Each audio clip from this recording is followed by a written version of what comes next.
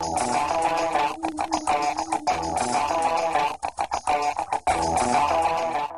bonjour, je m'appelle François Chapelle, je travaille pour le groupe LSI en tant qu'analyste programmeur.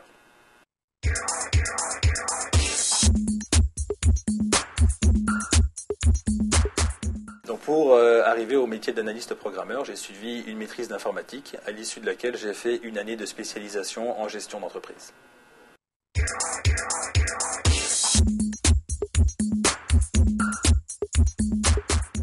Donc, dépendamment de la structure de l'entreprise, ça se peut que le programmeur soit chapeauté par un analyste.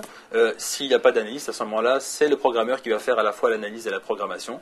Dans ce cas, ça implique finalement qu'il va rencontrer le client, il va essayer de comprendre ses besoins, ses processus métiers.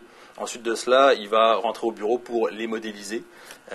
Puis, il va y avoir d'autres rencontres avec le client pour s'assurer que le modèle correspond bien aux besoins qui avaient été initialement présentés par le client.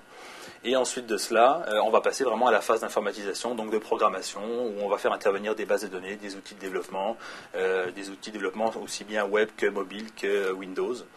Et enfin, une fois que le développement sera terminé, eh bien, on va faire des tests, d'abord à l'interne, puis après avec le client, de façon à s'assurer que les résultats sont bien conformes à ses attentes.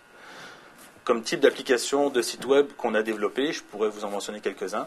On a développé un site web et une application pour un distributeur d'équipements et de vêtements. Alors ça leur permet, au travers de l'application, de pouvoir créer des contrats, créer des catalogues de produits et faire le suivi des commandes. De l'autre côté, au niveau web, eh bien, ça permet à leurs clients de pouvoir passer des commandes en ligne et de pouvoir faire le suivi, également gérer le retour des produits en cas de défectuosité. On a également développé une application et un site web pour un transporteur maritime des îles de la Madeleine. Donc ça permet à n'importe qui, à vous et moi, de pouvoir aller sur leur site web, de pouvoir de réserver un voyage en ligne, donc choisir votre horaire, choisir votre type de repas sur le bateau, et également choisir le type de cabine. Enfin, quand vous embarquez, eh bien, il y a une application sur le bateau qui permet de s'assurer que vous êtes bien arrivé, s'assurer également que vous allez bien recevoir le type de repas que vous avez commandé, et vous orienter vers la bonne cabine.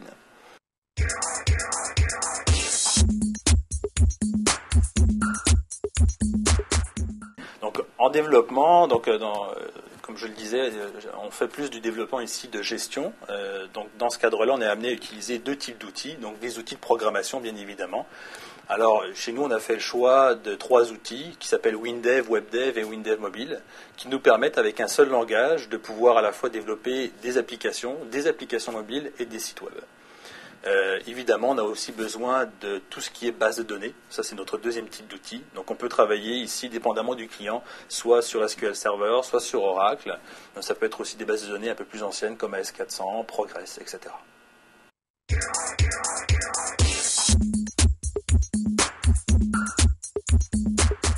Les défis que nous avons rencontrés, je dirais que ce sont principalement de deux natures. Le premier type de défi, évidemment, ce sont les défis technologiques. On peut très bien vous demander, le lundi matin en arrivant, de commencer à travailler sur un projet où vous auriez, par exemple, à gérer la température d'un édifice qui serait équipé d'un système de domotique X10, et vous devriez piloter ça au travers un site web, par exemple. Ça peut très bien vous arriver.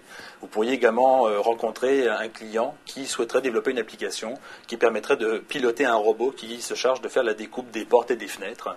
Okay, ça peut être aussi ce genre de choses-là. Le deuxième type de défi, cette fois-ci, je dirais que c'est plus des défis intellectuels. Le développeur peut être amené à rencontrer donc des clients qui œuvrent dans différentes sphères d'activité, différents types de travail.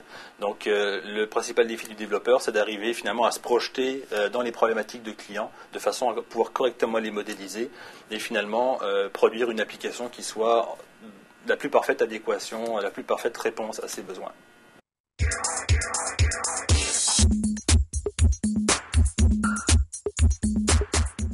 Parmi les choses qui me passionnent dans mon travail, je dirais que la première chose, c'est la richesse des défis technologiques qu'on a à faire tous les jours. Ça, je pense que c'est assez clair pour tout le monde.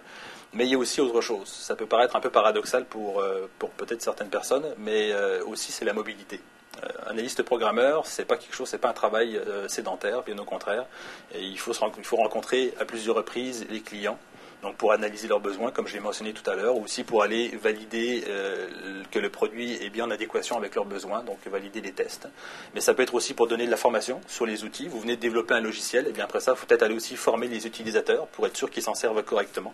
Donc la dernière chose que je pourrais mentionner qui me passionne aussi, je pense que analyste programmeur, c'est une opportunité extraordinaire pour aller à la rencontre justement d'autres métiers, puis découvrir finalement les passions des autres personnes, finalement découvrir leur métier. Voilà.